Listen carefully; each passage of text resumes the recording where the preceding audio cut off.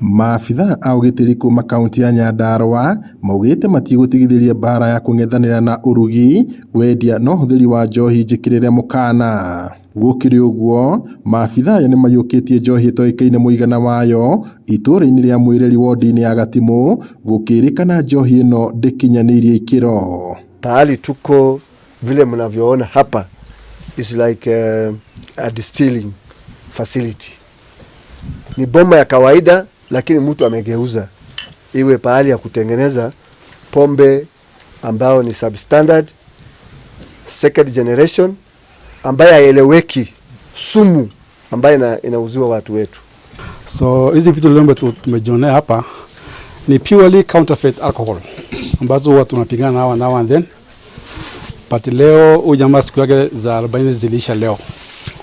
We have been monitoring him for so long, kwa tunapata habari kila mara, but leo kwa usaidizi ya Wakenya wenzetu hapa hii area wameweza kutusaidia tuweze kushika hizi vitu leo hapa. Komishina wa Nyandarua Abdulrazak Jardesa marĩ na kamanda wa borithi Omar Arero maugĩte mĩhang'o ĩno ĩkinyanĩirie ũnyitanĩri-inĩ na mũingĩ wa itũra rĩrĩ arĩa makunyĩire maabitha a ũgitĩri. Maugĩte mĩhũri ya wonjoria kuma KRA, mĩtũngi na katoni kĩrondo cia njohi ĩno no imwe cia indo iria mahotete kũiyũkia.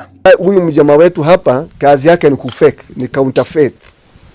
Hiyo kazi anafanya tu biashara yake hapa ndani na anasema ni spark na blue ice ili kudanganya wananchi wetu. Tuko na jerrycans which we suspect ni ethanol. I'm saying suspect kwa sababu tutapeleka government chemist iangaliwe kama ni ethanol. The owner of this thing is still at large, bado tunamtafuta. Najua very soon tutamnyaka. Tukimnyaka basi tunapeleka kotini. So hizi vitu from hapa tutapeleka Ol-Jor Orok police station. Tuite watu wa Kenya Bureau of Standard na watu wa KRA kudhibitisha kwamba indeed ni counterfeit alcohol.